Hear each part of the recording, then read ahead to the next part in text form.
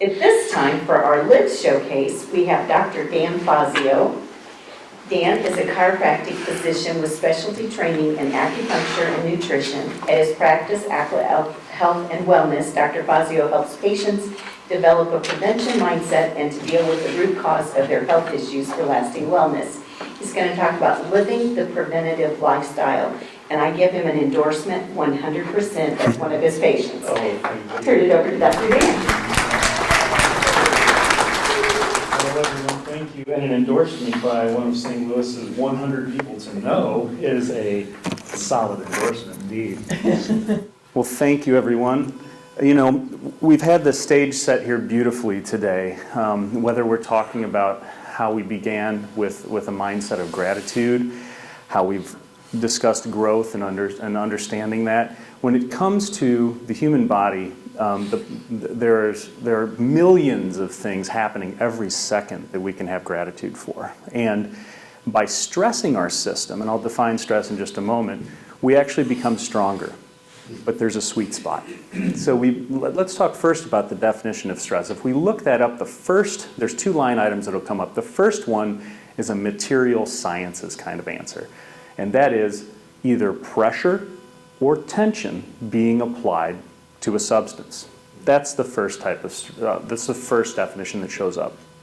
The second line item speaks of the mental emotional component, which is adverse effects causing mental or emotional strain. The interesting thing about everything we're going to discuss here today is that both of those elements of stress play a role. And staying in that sweet spot of challenging our body but not excessively stressing us will be the underlying message that we'll see here. Let's see if we're queued up. That's me. Live better. Living the prevention lifestyle. And preventative medicine or functional medicine is a category in medicine that's growing substantially. Functional medicine or preventative medicine looks at the ideal balance. So oftentimes when running lab tests, whether they're blood tests, saliva tests, etc., we have a reference range. And if you fall inside this reference range, you're normal. There's that word again. We asked about normal earlier today. If you fall within the reference range, you're normal. But we can tighten that reference range up. And I know you've all heard me speak on this before. And when you tighten that reference range up, we talk about the ideal area or the functional area. So this is about actually looking at not just what is statistically normal, but what is ideal. So living the prevention lifestyle is a mindset of thinking ahead and planning ahead. It's much like retirement. And we all know the time to think of retirement isn't in our 5th, 6th, 7th decade. We want to plan early on to reap those benefits later on. It's the exact same thing with our wellness. Now, of course, things come up. The human body and all its incredible innate wisdom is absolutely astonishing and a miracle. That being said, stressors, strains, and life bring us surprises. So emergency medicine is so absolutely necessary, and I'm grateful for the incredible medicine that exists these days and in our wonderful city. But prevention mindset is about taking care and hedging the bets as much as we can in our favor and making it such that when emergent medicine is needed, you have a foundation or a platform to build on that's strong. Now I want to give a quick shout out, step back for just a moment and say, my assistant actually helped me with my slides. And I've spoken to this group many times, and you're used to a relatively mundane slide set, except for the few times Cynthia Carell helped me, and they were outstanding. But if there's some animation and stuff here, I have to thank my assistant, Michelle. It was a package deal. I either took her help with this animation, or I was on my own. So if things fly around, and you're not used to seeing me do that, you'll know why. So, osteoporosis, and it looks like an Italian spelling of it, but it's not. It's not. Osteoporosis. So what people think osteoporosis is a calcium deficiency. Now, this is because we've been taught, marketed to for a long time, that if bone density decrease, which is called osteopenia, or if it progresses far enough, it's osteoporosis, that if that bone density decreases, we need to increase that density by adding more minerals in. And the most common or ubiquitous mineral in our bone structure is calcium, but it's just one part of that picture. So what people think when they hear osteoporosis or low bone density is a calcium deficiency. What it really means is it's a mineral deficiency, and that includes calcium, phosphorus, it includes potassium and sodium, other compounds, and trace minerals. But it's also connective tissue degeneration. And I'll take you back to what I started the lecture with. In that definition of stress, the first line item was the material sciences answer, and that was either pressure or tension on a structure. So when it comes down to the connective tissue degeneration component, the way bone grows stronger is through stress, healthy stress, compression. Bone itself is made of a lattice work that structurally allows space in between where we then mineralize. So those minerals that I mentioned, calcium, magnesium, phosphorus, and the other trace minerals that are in bone are crucially important, but they have to build within a lattice work structure. And bone is a living entity. Our blood supply flows through our bone.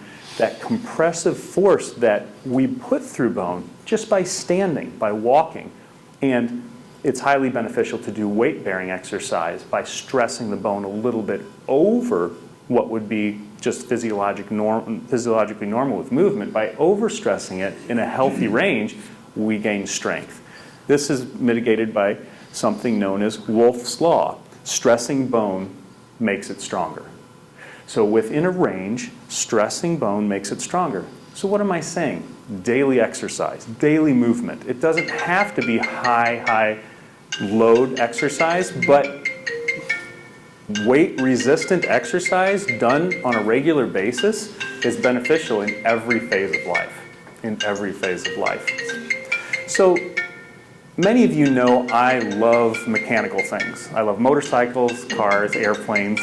And I'll tell you something, with respect to motorcycles, one of the things that aficionados love is a good barn find. If you come across a barn find, that term means something that's been tucked away in a barn, not quite loved as much as it should have been, and then we can find it, clean it up, spruce it up, and give it the love it deserves. So if I found an early 60s Triumph in a barn, I'd be so excited. I'd be so pumped. But the fact of the matter is, a much better purchase would be a really well-loved and used along the way Triumph. Why the barn find is so intriguing because, oh, I just want to love this thing that was tucked away and not cared for. Mechanically, when you find something like that, there's a whole lot that needs to be done to bring it back up to snuff. Whereas a 1960s Triumph that's been loved along the way but used regularly is actually better. Now, the human body is exactly the same way. Aside from that, though, it's not just mechanical. It's self-reviving, and it responds to pressure and stress being put on it. So my analogy there is, while it's great to find ourselves in a sedentary state and get active again, it's much better to stay active all along the way. Exercise is imperative for bone density. And again, at every phase of life, loading the system, loading our skeletal structure, and of course the muscles that move the bones, because they don't move on their own, loading that system results in it gaining strength. Stress is healthy to the system when we consider that tension or pressure. The other component that's there, though, is the nutritive component. And so we've got a split screen here, and you'll see on the left, we've got some food. Healthy food. On the right, we have supplementation. And I get asked a lot.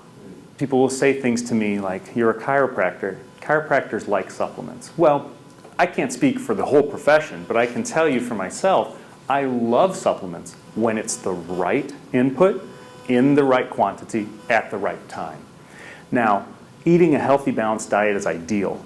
That's the great foundation. But if for some reason we're deficient, filling in those deficiencies, measuring what's missing, and then filling those factors in, while simultaneously providing the stress to the system, encouraging the uptake of that nutrition, now you're beginning to see all of the facets that need to be in place for true wellness.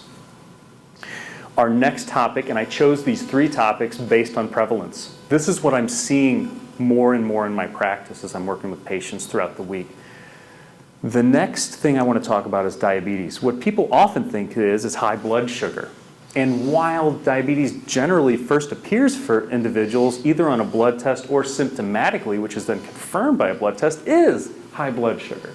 But what really goes on, what diabetes really is exhaustion of the body's ability to maintain balance and energy utilization. So this literally means the system gets flooded with too much energy in the form of glucose. And then it has to get that balanced, and so it puts into storage that energy, and later that energy is drawn off. But it creates a volatile situation, and it's exhaustion of the body's ability to maintain balance through these compensatory mechanisms. An example of this would be if there was a large, 100-gallon container, and anytime I wanted to take a drink, I needed to drop my whole body into that container and drink, and then get out, dry off, change clothes, and start over again. When the body is flooded with glucose fuel, yes, that base substance is something we need, but we don't need it poured on to that extent, and it takes a lot more work if we do drink it in like that to find balance, as opposed to steady state intake of energy from proteins and from healthy fats, which burn very slowly, the uptake is slower, and we don't create this spike and valley. See, when we consume too much sugary products or products that quickly convert to sugars, we create stress on the body. And this isn't the tension and compression I was talking about earlier. This is literally a stress response, much like we'd experience if we had a fight or flight response to a stressful experience. So eating too much sugar puts our body into a mild fight or flight response. Occasionally, on one's birthday, we want to be enjoying treats. But like Cookie Monster says, when my daughter, 14 now, was 2, Cookie Monster told her that cookies are a sometimes food. And that's true. When we consider the intake of sugar like that, the quick compensatory nature of what has to happen in the body, it exhausts the body. We use, instead of that energy being utilized properly, it's a very much less efficient system. What ends up happening, the hypoglycemia, that means low blood sugar, diabetes paradox, is repeated stress response as a result of rising and falling blood sugars. You basically are creating emergencies that your body, fires that your body has to put out throughout the day, as opposed to protein and fat being taken in a steady state form, and then carbohydrates being in that picture, starches, healthy starches being in that picture as a sprinkling on top. We get that stability, and we don't create a constant repeated stress response. Chronic diabetes creates multi-system disease, and this is something I like to talk about because at an end stage it's confusing. You can know somebody who has diabetes or be diagnosed, and we're told to watch out for our eyesight, make sure that we get our eyes checked regularly because that's one of the areas that's impacted with diabetes.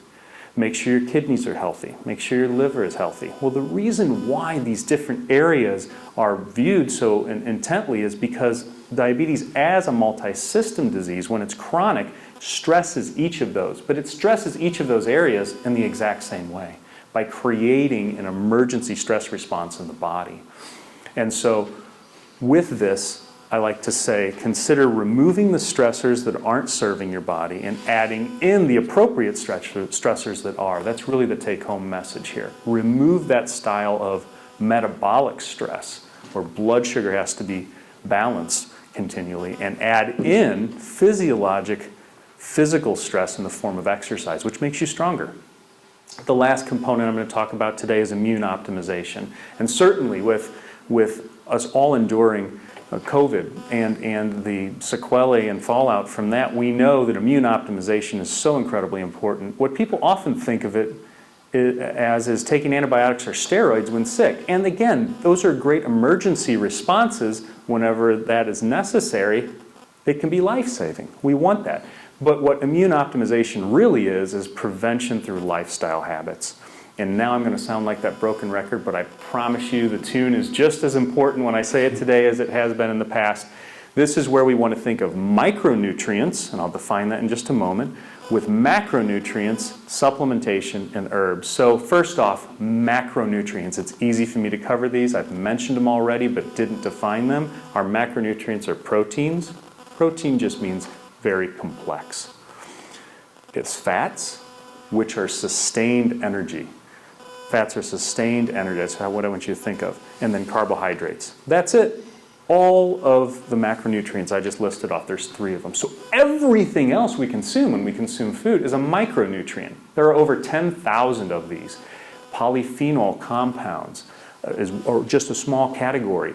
Vitamins, mineral compounds, these are micronutrients. And when we load our system with those, and I love drinking juices of vegetables predominantly because those are so rich in these micronutrients. So carrot juice, beet juice, celery juice, and then smoothies where you can have micronutrient loading, taking in as much of this naturally as possible. And then of course supplementing if you find out that you're deficient in something is a great way to grow and strengthen the system.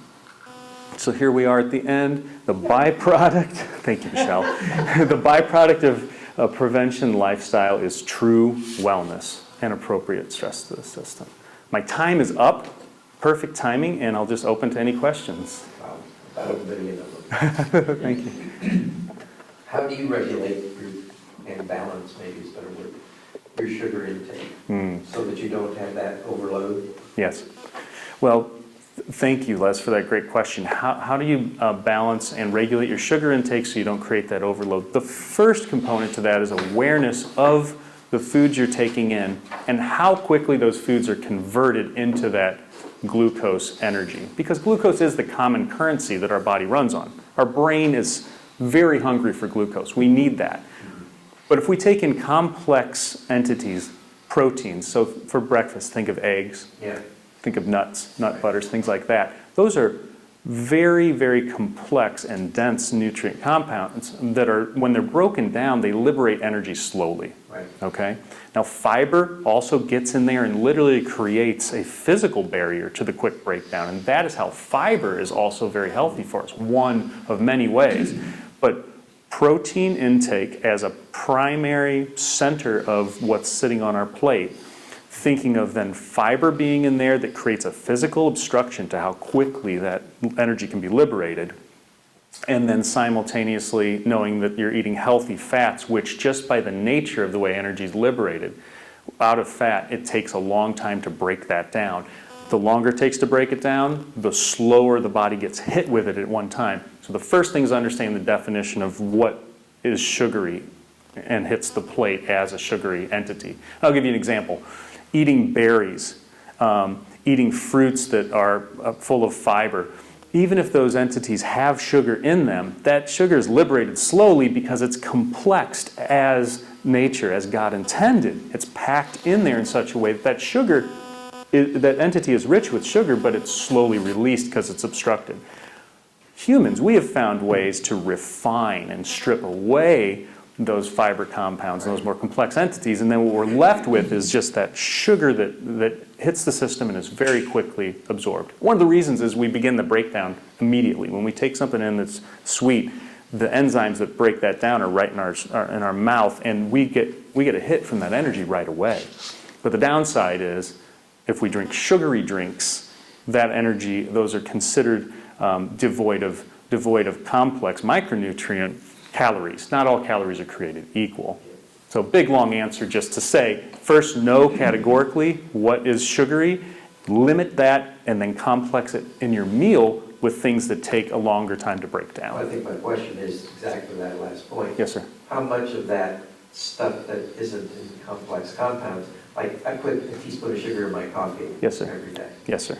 How do you regulate, I mean, what's sort of the way to determine how much of that kind of stuff you could or should have over what period of time in a day? Okay, so there are standards that are set, recommended daily allowances. Okay, and and you can find that on the CDC website. You can actually go on there and see that. What I will say is, when I interpret that information, I like to skew it pretty hard towards the low end, right? So you're going to see a certain number of what's allowable, and I want you to know that if you skewed that down to 1% of what's listed there, your body would thrive, okay?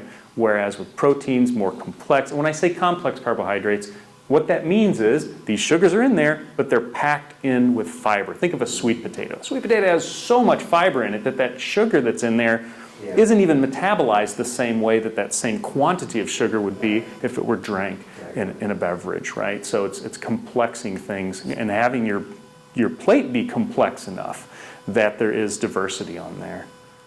Thank you, John. Would the opposite end of stressed be desserts?